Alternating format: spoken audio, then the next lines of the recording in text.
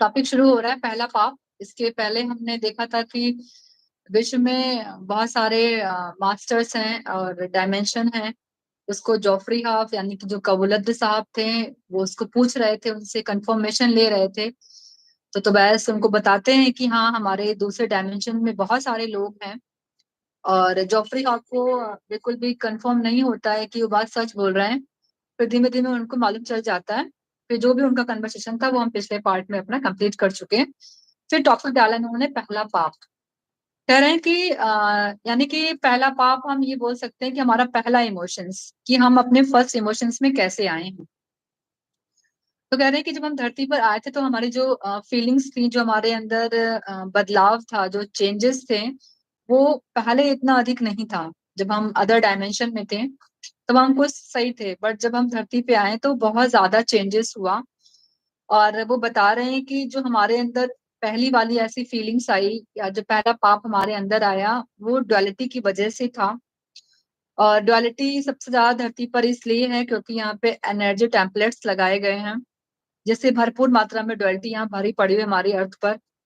फिर कह रहे हैं कि स्पिरिट से हमारी चेतना को तोड़ने वाली गहराई बहुत कठिन थी। यानी कि जो हमारी स्पिरिट है और हम हैं, अभी हम लोग को लगता है कि मैं अलग हूँ, मेरी स्पिरिट अलग है। जो उसको तोड़ा है आग की दीवार ने, प्लस हमारे अंदर जो बदलाव आया डुअलिटी की वजह से, वो बहुत टफ था। और वो कितनी गहरी है, ये ना हमको पता है, ना माया जाल के उस तरफ लोगों को पता है, और उसकी कल्पना भी नहीं कर सकते हैं। कह रहे हैं कि यहाँ पर तैयारी करने के बाद हमने धरती पर आकर अज्ञानता में, पहले हम अज्ञानता में थे, उसके बाद हमने अपने बॉडी को धारण किया, यानी कि भौतिक शरीर को हमने लिया, फिर हमने अपनी आंखें खोली। फिर कह रहे हैं कि हमसे हमसे स्पिरिट का संबंध जागृत अवस्था में टूटा हुआ है। और जब हमें पता चला कि स्पिरिट से हमारा संबंध टूट गया है, तो हमको शर्म की भावना महसूस हुई। यानी कि ये पहली ऐसी भावना है जो शर्म शर्म उनको इस टाइप का इसलिए लगा क्योंकि वो और स्पिरिट अलग हैं। यही सबसे बड़ी शर्मनाक वाली बात थी। और यही हम लोग को आज भी जब भी हम जितनी बार भी जन्म ले रहे हैं, हमारे अंदर एक शर्म ऑलरेडी इनबिल्ट है। वो हमारे सेल्स में जा चुका है, क्योंकि जब ये मूल चेतना बता रही है, यानी कि जो जॉफरी हाफ है, तो बैस है, वो हमारी मूल चेतना को ही बता रहे हैं इस न्यू एनर्जी के थ्रू। तो ये कह रहे हैं कि जब हमारा स्पिरिट के साथ संबंध टूट गया, तो हमारे अंदर शर्म की भावना बहुत तेज बढ़ गई। और उनको लगा था कि कोई बहुत बड़ी गलती है। और यह भावना पहली बार आग की दीवार पार करते समय हुई थी। हमें याद होगा जब जैक दीवार आग की दीवार पार कर रहा था, तो उनको लगा कि मैं सही कर रहा हूँ कि गलत कर रहा हूँ। अब जब उनको कष्ट महसूस हुआ, बहुत तकलीफ हुई, तब उनको लगा कि नहीं, पहली सृष्टि हमारी अच्छी थी, मैं क्यों अपने एक्सपीरियंस लेने के लिए यहाँ पर आया हूँ। कह रहे हैं कि जैसे ही जब हम सब, जब जो भी यहाँ पे मानव हैं, जब उनको ये महसूस हुआ कि हमारी स्पिरिट हमसे अलग हो गई है, तो वो डुअलिटी में, यानी कि धरती पे आके वो और बढ़ गया। तो वही उनका पहला लक्षण है, जिसको उन्होंने पहला पाप बोला, यानी कि अपनी शर्म को उन्होंने पहला पाप कहा। और इसी को वो ऑथेंटिक पाप बोलते हैं, यानी कि ओरिजिनल पाप, ओरिजिनल सिन हमारा यही है, शर्म। फिर कह रहे हैं कि हमारे अंदर बहुत इसको अपराध की भावना महसूस हो गई। और कह रहे हैं कि यही जो पाप है, जो हमारे अंदर, जब हम जितने भी जन्म लेंगे, उतने जन्म में हमारे अंदर ये पाप भर गया। और जितने भी चर्च में लोग बैठे हुए हैं या धर्म के नाम पे बैठे हैं, तो ऐसी ऐसी कहानियां बताते हैं, इसी इसी पाप का ओढ़न लेकर के, या उसी को अवस्था बना करके, कि हम उससे बाहर नहीं आ सकते हैं। तो इसी को उन्होंने क्या कहते हैं कि शेम बोला। और ये जो है आत्मा के ऊपर निर्माण हुई एनर्जी का भी छाप है। फिर टॉपिक है हमारा हायर सेल्फ अंडरस्टैंड एंड प्रज्ञात्मा और अंशात्मा। आज हम समझ पाएंगे कि हमारी अंशात्मा क्या है और प्रज्ञात्मा क्या है। कह रहे हैं कि हमारे धरती पर आने को तो वैश्विक पड़ाव की तरह कहा है। जब हम अलग डायमेंशन से इस डायमेंशन में आए, तो एक ये पड़ाव है। पड़ाव मतलब कि आज हम यहाँ रहेंगे, फिर हम कुछ एक्सपीरियंस करके वापस चले जाएंगे। फिर वो स्टोरी की तरह बता रहे हैं, कह रहे हैं कि धरती के ऊपर अनुभव पाने का विचार हमारी आत्मा को हुआ। आत्मा मतलब हमें, जो हमारी बॉडी है, बॉडी के अंदर जो स्पिरिट बैठी है, फिर इसके ऊपर भी कोई है। तो कह रहे हैं कि अपने अंदर से एक अंश आत्मा को पैदा किया, यानी कि कोई जिसने विचार किया कि मुझे कुछ जानना है, समझना है, तो उसी ने एक एक अंश आत्मा को पैदा किया। और कह रहे हैं वही आत्मा हमारी प्रज्ञात्मा है, यानी कि जो आत्मा है, उस आत्मा ने धरती पे जिसको भेजा है नॉलेज के लिए, एक्सपीरियंस के लिए, वो अंश आत्मा हुई। और हम जब कुछ इकट्ठा करेंगे, जब उसको ऊपर भेजेंगे अपनी आत्मा को, उसी को प्रज्ञात्मा बोलते हैं। यानी कि आत्मा को हम प्रज्ञात्मा भी कह सकते हैं। और जो हमारे अंदर जो जिसको हम लोग सोल बोलते हैं, वो हमारे एक अंश आत्मा है। फिर कह रहे हैं कि हमारी आत्मा के पास तीन रास्ते थे, दाएं बाएं और सीधा। सीधा रास्ता हमारा धरती की तरफ जाता है, दाएं बाएं जो रास्ते हैं वो अलग डायमेंशन में जाते हैं। अलग डायमेंशन में कुछ भी नहीं करना है, वहां पे बहुत सुख का जीवन है, कोई कष्ट नहीं, कोई दुख नहीं है। बट धरती का रास्ता बहुत टफ है, बहुत दुख है वहां पर। तो अंश आत्मा को धरती पे ही भेजा गया। हमारी जो हायर सेल्फ थी, यानी प्रज्ञात्मा थी, उसने भेजा। उसने पसंद किया कि धरती पे ज्यादा डुअलिटी है, तो मुझे वहां पे ज्यादा एक्सपीरियंस, अनुभव मिलेंगे। और इन्होंने धरती को एक बहुत टफ मिलिट्री स्कूल बोला हुआ है। और बोला है कि यहाँ पर गुजारा करना बहुत कठिन है। और ये बता रहे हैं कि जितना ज्यादा हमें यहाँ पे ज्ञान मिलेगा, अनुभव मिलेगा, वो हमारे बहुत, यानी कि हमारी प्रज्ञात्मा के बहुत काम आएगी। मतलब वो ये कह रहे हैं कि जो लोग सबसे ज्यादा धरती पर आए हुए हैं और चैलेंज महसूस कर रहे हैं अपनी लाइफ में कि नहीं अभी हमसे नहीं हो पा रहा है, और या बहुत सारे चैलेंज, मतलब उनका एक चैलेंज खत्म हो रहा है, फिर सेकंड चैलेंज आ रहा है। इसका मतलब जो उनकी प्रज्ञात्मा बैठी है ऊपर, वो चाह रही है कि मेरी जो ये नॉलेज है मुझे और मिले मेरी अंश आत्मा के थ्रू। तो यानी कि हम ये कह सकते हैं कि जिसके लाइफ में बहुत चैलेंजेस है, वो उसको बहुत अच्छे से सीख रहा है, समझ रहा है, और अपनी ही बुद्धि से वो अपनी प्रज्ञात्मा को सारी इंफॉर्मेशन भेज रहा है। कह रहे हैं कि जब हम ज्यादा एक्सपीरियंस लेंगे तो हमें ज्यादा नॉलेज मिलेगा। और कह रहे हैं कि कठोर शिक्षा करके ज्ञान प्राप्त करके धरती प्रज्ञात्मा की धरती नहीं है। फिर कह रहे हैं कि यानी कि सिर्फ अंश आत्मा ये कार्य कर सकती, प्रज्ञात्मा ये कार्य नहीं कर सकती, इसीलिए वो अंश आत्मा को भेजती है।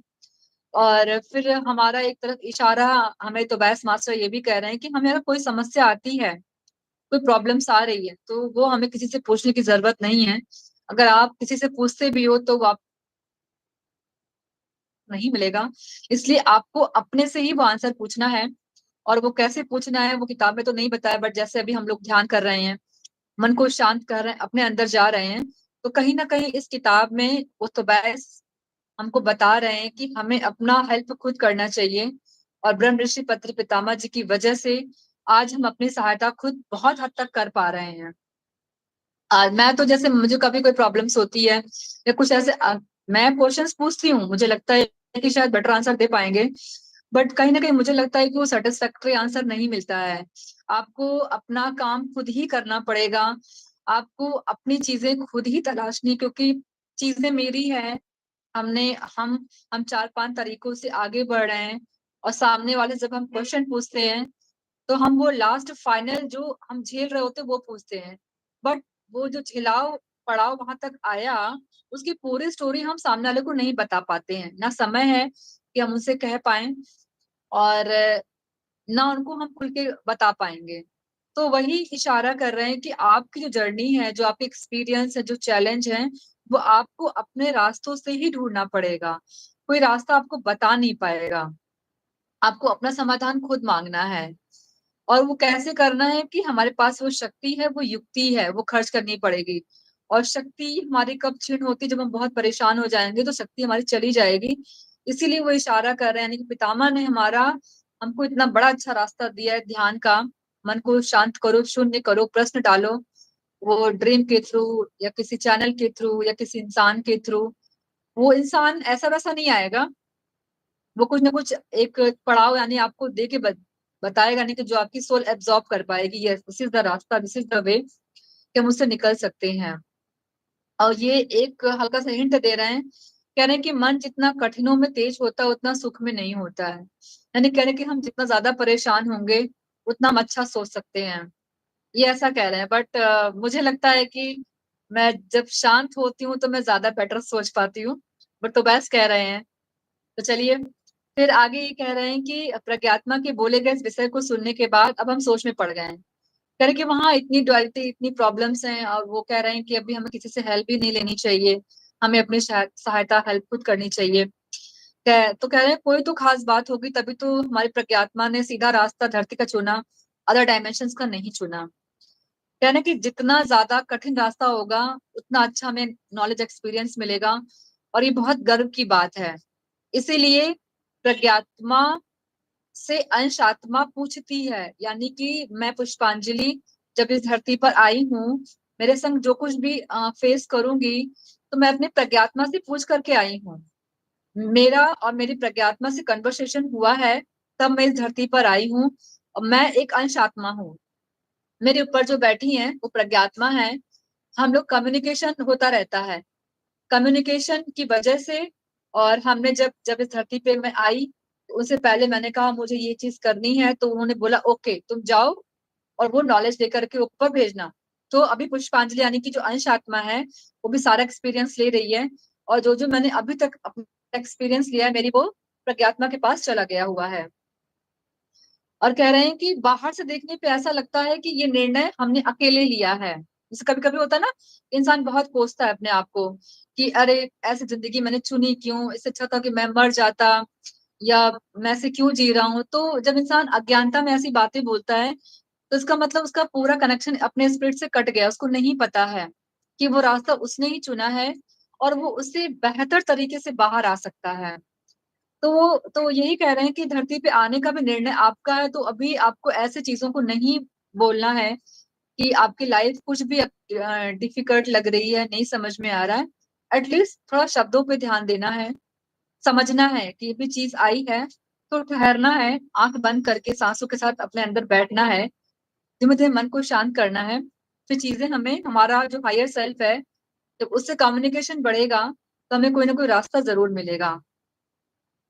फिर ये कह रहे हैं कि इसमें कोई शर्मिंदगी वाली बात नहीं है, या कभी कभी हमको लगता है कि हमें हेल्प नहीं मिल रही है, जो हम चैलेंज ले रहे हैं वो हमारे अंदर प्रोग्रामिंग करके डाला गया है। सपोज कोई इंसान है, उसको बहुत कष्ट है, और वो बहुत जल्दी घबरा जाता है या डर जाता है, या उसको बहुत लो फ्रिक्वेंसी फील कर रहा है, तो इसका ये कतई मतलब नहीं है कि वो इंसान लो फ्रिक्वेंसी वाला ही है ना। उसने जानबूझ के अपनी फ्रीक्वेंसी को लो करके आया है कि अगर मेरे पास लो फ्रीक्वेंसी रहेगी, तब मैं अपनी फ्रीक्वेंसी कैसे बढ़ाऊंगा, तब मैं उस चैलेंज से कैसे बाहर आऊंगा। तो बहुत अच्छा बता रहे हैं ये कि वो चीजें, ये किताब मैं इसलिए कोरिलेट भी कर पा रही हूँ, क्योंकि न्यू एनर्जी की जो चीजें हैं वो अभी हम लोगों ने ध्यान में इतना कुछ पढ़ लिया है, जान लिया है, इतना लोगों के एक्सपीरियंस सुन लिए हैं। संजन सागत मैंने इतना कर रखा हुआ है, मैंने ऑलरेडी बहुत लोगों को सुना हुआ है, तो ये किताब मैं समझ पा रही हूँ। और अगर आज सज्जन सांगत नहीं किया होता, या ध्यान के अंदर नहीं गए होते, और उसमें जो जो मेरी जर्नी हुई है, मुझे लगता है कि मैं इस किताब को काफी हद तक समझ पा रही हूँ कि तोबैस क्या कहना चाह रहे हैं, पितामह क्या कह के चले गए। वो आज इस एरा में, यानी कि जो हमारा इस समय जो 26,000 साल बाद जो युग आया है हमारे पास, पितामह ने सारी विद्याओं को छोड़ के आनापान सती की तरफ क्यों फोकस किया। इसकी बहुत बड़ी वजह है। बहुत सारे ध्यान की विधियां हैं, लेकिन पितामह जी को मालूम था कि और सारी विधियों को यूज करने का कोई मतलब नहीं है, सिर्फ आनापान सती से आपका काम हो जाएगा। क्योंकि इस समय हमारा सूर्य जिसके सामने आ चुका है, वो 26,000 साल के बाद ही आता है। तो इसलिए द बेस्ट है कि हमें आनापान सती यानी कि सांसों पे फोकस करते हुए, मन को शून्य करते हुए, हम अपनी सभी चीजों को आगे बढ़ा सकते हैं। तो कोई भी अगर अपनी लो फ्रीक्वेंसी में है, अपने आप को नहीं जान पा रहा है, तो वो बस प्रैक्टिस करे। उसमें प्रैक्टिस करने से ही हमारी चीजों का आंसर मिलेगा। फिर एक एग्जाम्पल ये दे रहे हैं कि, कह रहे हैं कि जब कोई चीज हम प्रोग्रामिंग करके आए हुए हैं ऑलरेडी, कि हमारी चीजें, हमें टफ डिसीजन लेना है, हमें टफ चैलेंज लेना है, तो वो हमारी प्रोग्रामिंग हमारी हमारी प्रज्ञात्मा ने कर दिया हुआ है, तो हमारा कोई दोष नहीं है। बस हमें उसकी युक्ति निकालने आगे जाना है। फिर कह रहे हैं कि अर्जुन की पत्नी बनने के लिए द्रुपद महाराज की द्रौपदी अपनी बेटी की तरह क्यों पाए। जब वो द्रौपदी जी, जब महाराज द्रुपद की बेटी बनी, तो ही तो वो अर्जुन की पत्नी बन पाएगी। तो दुर्योधन की पत्नी कैसे बन जाती। वो यही कह रहे हैं कि जब मेरे अंदर कोई, हम अपनी लो फ्रिक्वेंसी लो वाइब्रेशंस करके आए इस चैलेंज को लेने के लिए, तो वो क्या कहते हैं, हम हम चीजों को कहाँ जान पाएंगे? वो प्रैक्टिस करके ही तो हम अपनी चीजों को इकट्ठा कर पाएंगे। तो वही ये बता रहे हैं। फिर ये कह रहे हैं कि एक एग्जाम्पल, और ऐसे एग्जाम्पल नहीं दे रहे हैं, ये कह रहे हैं कि ठीक इसी तरह धरती पर भेजने का संकल्प निर्माण होने वाले हम उस आत्मा के अंदर केवल टुकड़े हैं, इसलिए उसके हिसाब से हम व्यवहार करते हैं। अब ये वही, अब इन्होंने हमको बता दिया कि हम अंश आत्मा हैं।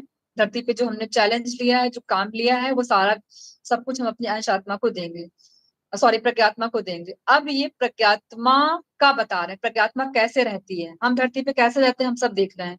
अब हमारी हायर सेल्फ कैसे रहती है, ये हम इस बुक से आसानी से जान सकते हैं। कह रहे हैं कि जो हमारी प्रज्ञात्मा है वो आराम से ऊपर एक डायमेंशन है, आराम से वो बैठी रहती है, और जो कुछ भी यहाँ पे ग्रो कर रहे हैं वो सब कुछ न्यूज हमारी प्रज्ञात्मा को मिलता रहता है, और उनका सारा ध्यान हमारे ऊपर ही रहता है। हमारी जो प्रज्ञात्मा है वो हमें एक पल के लिए भी हमसे डिस्कनेक्ट नहीं होती है। और कह रहे हैं कि इस तरह बैठी प्रज्ञात्मा को शरारती आत्माएं या अति उत्साह वाली आत्माएं आकर उसमें बाधा डालने का खतरा रहता है। मतलब वो ये भी इशारा कर रहे हैं कि अगर हमारी प्रज्ञात्मा ऐसे बैठी रहेगी तो कोई बाहरी फोर्स, डार्क फोर्स के लोग उनपे हमला ना कर दें, ऐसा भी खतरा रहता है। बट आगे वो क्लियर कर रहे हैं कि क्या होगा आगे। कह रहे हैं कि जब प्रज्ञात्मा का एकांत भंग होता है तब उसके और हमारे बीच में समाचार में रुकावट होती है, और इस तरह रुकावट में कम्युनिकेशन पर प्रभाव पड़ेगा तो हमें कठिनता हो जाएगी। यानी कि कह रहे हैं कि मतलब वो दो इशारा कर रहे हैं। एक तो वो कि प्रज्ञात्मा हमारी जहां बैठी रहती है, डार्क फोर्सेस है या कोई और फोर्सेस है, उन पे हमला कर सकती है, उनको डिस्कनेक्ट कर सकती है। दूसरा, हम धरती पर आए हुए हैं, अगर हम कम्युनिकेट उनसे नहीं करते हैं, कम्युनिकेशन का एक ही रास्ता है, मन को शांत करके अंदर प्रवेश करना ध्यान में, और कोई रास्ता नहीं अपने हायर सेल्फ से कम्युनिकेशन करने का। तो वही कह रहे हैं कि अगर आप अंदर प्रवेश नहीं करेंगे ध्यान के माध्यम से, तो आप अपनी हायर सेल्फ को डिस्टर्ब कर रहे हैं। आप उनसे ना तो अपनी चीजों को ले पाएंगे, और हो सकता है बिना सीखे ही हम अपनी लाइफ को खत्म कर दे, वापस चले जाएं। तो इसीलिए अगर हमें न्यू एनर्जी किताब हमारे पास लगी है, पितामह का विजडम है, और हम ध्यान में हैं, तो आज हमें ये बात समझ में आ गई है कि यस, हमारी हायर सेल्फ हमेशा हमको वॉच करती रहती है, हमेशा वो वाइब्रेशंस, सिग्नल्स भेज रही है। बस कमी सिर्फ ये है कि हम अंदर नहीं जा पा रहे हैं। हम अंदर जाएंगे तो हमारी चीजें, हमको उनसे कनेक्शन मिल जाएगा, और हम अपनी युक्ति से, शक्ति से उन चीजों को कंप्लीट करके सारी इंफॉर्मेशन भी उनको देंगे, अपना विकास भी कर लेंगे। फिर कह रहे हैं कि हमारी जो हायर सेल्फ है वो एक ही नहीं है, वो करोड़ों के पास ग्रुप में बैठी होती है। यानी कि जो हायर सेल्फ का डायमेंशन है, वहां करोड़ों प्रज्ञात्माएं हैं। यानी कि एक बात क्लियर है कि जितने स्पिरिट हैं सबकी अपनी अपनी हायर सेल्फ है। यानी ग्रुप में हमारे यहाँ जितने लोग बैठे हुए हैं इस समय, सबकी हायर सेल्फ एक ग्रुप में बैठी हुई है। तो चाहे प्रिया बैठी हो, फिर चाहे सुमन हो, सुनीता हो, नीलम हो, जितने लोग भी यहाँ सब बैठे हैं, सबकी हायर सेल्फ बैठी हुई है। और ये जितने भी सोल्स हैं जो हमारे संग ध्यान में हैं, वो सभी जो आज अपने लाइफ में एक्सपीरियंस किए हुए हैं, जितना कुछ सीखा है, जो जो अभी नहीं सीख पाए हैं, सीखना है, वो सब ध्यान के माध्यम से अंदर प्रवेश करके हम अपनी सारी इंफॉर्मेशन अपनी हायर सेल्फ को दे रहे हैं। फिर अब ये बता रहे हैं कि हायर सेल्फ की रक्षा कैसे होती है। एक पैराग्राफ है, कह रहे जो हमारी हायर सेल्फ है, प्रज्ञात्मा जी हैं, वो गोल एनर्जी के क्षेत्र में रहती हैं, पूरा गोल सर्कल फॉर्म में सबकी हायर सेल्फ रहती हैं। और कह रहे हैं कि इस तरह की एनर्जी को ओढ़ने की वजह से जो प्रज्ञात्मा है, उनके ऊपर डार्क फोर्सेस या और लोग उन पर हमला नहीं कर पाते हैं, वो अपनी सेफ रहती हैं। और हमारी जो हायर सेल्फ है, उनकी रक्षा करने के लिए हजारों लाखों एंजल्स होते हैं। सोचिए, यानी कि हमारी हायर सेल्फ की सुरक्षा अगर वहां पे हो रही है, अगर हमारी हायर सेल्फ की सुरक्षा एंजल्स कर रहे हैं, तो इसका मतलब हमारी की सुरक्षा हमारी प्रज्ञात्मा स्वयं कर रही है। तो ये बहुत अच्छी इंफॉर्मेशन है कि हम लोग सुरक्षित हैं। इसीलिए लोग कहते हैं ना कि आप जब भी आपको लगे कि मेरा दुनिया में कोई नहीं है, मैं परेशान हो रहा हूँ, क्या करूं, तो सबसे पहले ये बात महसूस करनी है कि मैं सुरक्षित हूँ। और मैं सुरक्षित कैसे हूँ? क्योंकि हम धरती पर आए तो सबसे पहले हमारे दो दो एंजल्स गाइड दिए गए, जो हमने पहले डिस्कस किया हुआ है, प्लस हमारी हायर सेल्फ भी ऊपर बैठी हुई है, तो वो भी हमको सुरक्षा कर रही है। यानी कि हम सच में सुरक्षित हैं, हमें घबराने की, डरने की कोई बात नहीं है। फिर ये आगे बात बता रहे हैं, कह रहे हैं कि ज्ञान का अधिग्रहण, थोड़ा सा इसको मैं पढ़ूंगी क्योंकि इसमें 4-5 लाइनें बहुत इंपॉर्टेंट है। कह रहे हैं कि ज्ञान का अधिग्रहण आत्मा का प्रधान लक्षण है। यानी कि जो हम ज्ञान ग्रहण कर रहे हैं वो हमारी आत्मा का जरूरी है, बहुत मेन कैरेक्टर है वो। इसलिए हम धरती पर जन्म लेने की परंपरा को समाप्त करके वापस लौटने और कुछ ज्ञान और अनुभव को पाने के लिए हमारी प्रज्ञात्मा अपने अंदर से और दो अंश आत्माओं को दो दिशाओं में भेजती है। सोचिए, हमारे दो मार्गदर्शक हैं, हमारी हायर सेल्फ है, वो कह रहे हैं कि हमारी दो अंश आत्मा को और भी भेजती हैं। इसलिए हमारे साथ पैदा होने वाले दूसरे डायमेंशन में और दूसरी आवृत्ति में जी रहे हैं, और आने वाले समय में हम उनसे मिलेंगे। तो एक एक तरफ इशारा भी कर रहे हैं कि हम अपने, शायद ये बात कर रहे हैं मल्टी डायमेंशन की, क्योंकि कभी कभी कुछ लोग जो बहुत गहरे ध्यान में प्रवेश कर चुके हैं और अपने फ्रिक्वेंसी को बढ़ाकर उन्होंने देखा कि मैं यहाँ भी हूँ, मैं उस डायमेंशन, जैसे कि बहुत से लोगों ने पितामह को कई जगह देखा हुआ है। तो पितामह, हमारे जो ब्रह्म ऋषि पत्री पितामह थे, वो इस धरती पे रहकर भी कई डायमेंशंस में लोगों को दिखे हैं। तो वो इशारा कर रहे हैं कि यानी कि हमारे भी बहुत सारे हम बहुत सारे डायमेंशंस में मौजूद हैं। फिर आगे बात कर रहे हैं कि धरती के ऊपर भ्रम में जीने वाले प्रयाण को पूरा करने तक हमारी प्रज्ञात्मा हमारा प्रेम और सब्र से इंतजार करती है, यानी कि वो हमारा वेट कर रही है। और इंतजार करने यानी कि वो वेट करे तो उसको कोई प्रॉब्लम नहीं है, उसे कोई गुस्सा भी नहीं होता और चिंता भी नहीं होती है।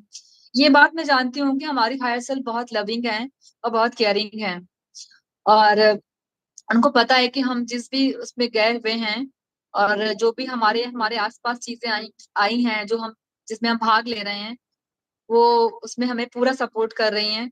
और बता रहे हैं कि जो हमारा उनका कनेक्शन है, एक हमारा सिल्वर कॉर्ड से जुड़ा हुआ है, और उसी सिल्वर कॉर्ड के थ्रू हमारी सांसें भी जुड़ी हैं। जैसे कभी कभी इंसान गहरे ध्यान में चला जाता है, वो एस्ट्रल ट्रैवल कर रहा है, तो किसी किसी को डर लगता है कि अभी एस्ट्रल ट्रैवल होगा तो क्या होगा, मैं कहीं मेरी बॉडी वापस ना आई तो वो सिल्वर कॉर्ड है, इसलिए बॉडी कभी भी ऐसे गड़बड़ नहीं होगी।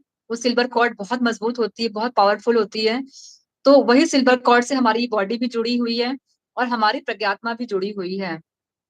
और फिर एक कंप्यूटर का एग्जांपल भी दे रहे हैं कि जैसे कंप्यूटर में सब कुछ एक डाटा केबल सब कुछ अंदर फिक्स होता है, वैसे ही हमारे अंदर सब कुछ फिक्स है। और जो डाटा केबल है, जो जो जो जो हमारी तार है, वो हमारी सिल्वर कॉर्ड है।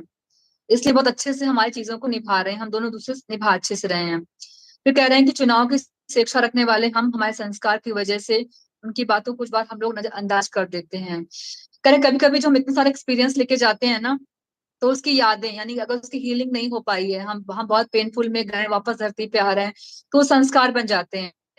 तो संस्कार की वजह से होता क्या है कि हम अपने हायर सेल्फ से कम्युनिकेट नहीं कर पाते हैं। कई बार वो इशारा भी करती है कि नहीं, ये गड़बड़ है, ऐसे मत करो, फंस जाओगे, लेकिन हम उनकी बात नहीं सुनते हैं, हम वापस उसी रास्ते पे चले जा रहे हैं। वो उसी की बात कर रहे हैं कि वो कई बार हमें हिंट देती है, इशारा करती है, तो हम लोग उसको अपने संस्कार की वजह से नहीं सुन पाते हैं, और हम उसमें वहां से इग्नोर कर देते हैं।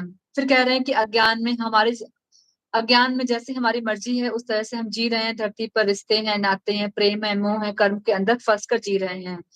जब हमारे बस में ना होने वाली परिस्थिति का सामना करना पड़ता है, तब हम समझते हैं कि बहुत कठिन आई है और हमारी मदद करने वाला कोई नहीं है। लेकिन लेकिन अंतरात्मा जो बोलने की कोशिश कर रही है, बस सुनने के लिए हम तैयार नहीं, यानी कि वही अभी जो हमने बताया आपको, वापस से वही पैराग्राफ में कह रहे हैं।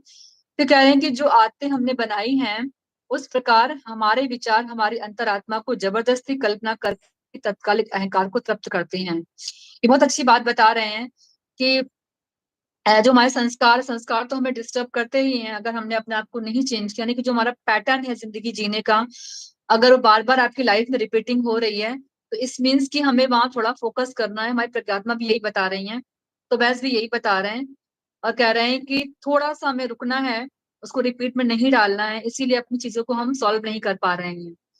और कह रहे हैं कि अभी ये बता रहे हैं कि धरती पर जब हम पैदा हो रहे हैं, तो उसको एक श्राप की तरह बताया जा रहा है, बट वो श्राप नहीं है। वो हमें थोड़ा सा एहतियात रखना है, थोड़ा सा, जब किताब हमने सुना समझा और अपनी अब हम हायर सेल्फ जान गए हैं, मार्गदर्शक जान गए हैं, तो धरती पे जितनी भी सोल्स हैं, जितने भी हमारे ग्रुप में जुड़े हैं, जो आगे इसको यूट्यूब में सुनेंगे भी, तो उन लोगों से यही है कि धरती पे जो भी आपके चैलेंज आ रहे हैं, थोड़ा बुरा लगता है, नहीं निकल पाते हैं, ठीक है, उसमें बुरा लगे, बट उसमें ज्यादा फेज में नहीं रहना है। बस अंदर ध्यान में प्रवेश करना है और ये महसूस करना है कि प्रज्ञात्मा हमारी हेल्प कर रही है। अंदर गहरे जाएं और हम उस चीज से बाहर आ सकते हैं। फिर कह रहे हैं कि 1 करोड़ 5 लाख वर्ष धरती पर तरह तरह के जन्म लेते हुए आए हैं और उस चक्र को पूरा करने की आशा से पहले यहाँ पर आए हैं। और उस तरफ हमने जो दुख उठाया है उस घाव को भरने के लिए, हमारे बारे में जानने के लिए इतने सारे जन्म हुए हैं। तो हम अभी समझ गए हैं, आज हमारा प्रज्ञात्मा हो गया। कल हम डीएनए में डर की बात करेंगे। Thank you sir.